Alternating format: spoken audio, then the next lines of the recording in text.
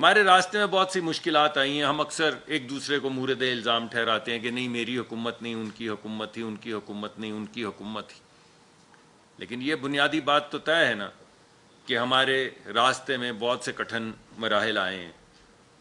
ہماری ایک بوم اور بسٹ قسم کی اکانومی ہے. ذرا ہم بڑھتے ہیں 5-6% تک پہنچتے ہیں تو پھر کلیپس کر کے 0 پہ آ جاتے ہیں، 1% پہ آ جاتے ہیں، پھر آہستہ آہستہ بڑھتے ہیں. تو وہ پرابلم ہے ہماری سٹرکچر جو بنیادی طور پہ اکانومی کا ہے اس میں ایک پرابلم ہے. ہمارے ہاں سیلاب بھی آئے ہیں، ہماری حکومت میں بھی آئے ہیں، اس سے پہلے بھی آئے ہیں، زلزلے بھی آئے ہیں. ان کی وجہ سے ہمیں بہت سی مشکلات کا سامنا کرنا پڑا ہے.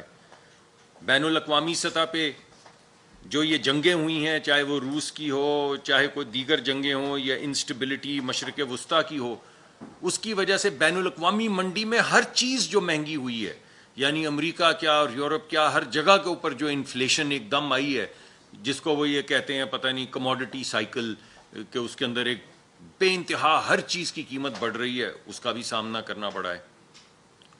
لیکن اس کے باوجود یہ پچھلے 16 مہینے اور کچھ مہینے جو اب ہیں، میں آپ کے سامنے یہ مقدمہ رکھنا چاہتا ہوں کہ ان اہداف کو مد نظر رکھتے ہوئے ہم آہستہ آہستہ اس منزل کی طرف پہنچ رہے ہیں.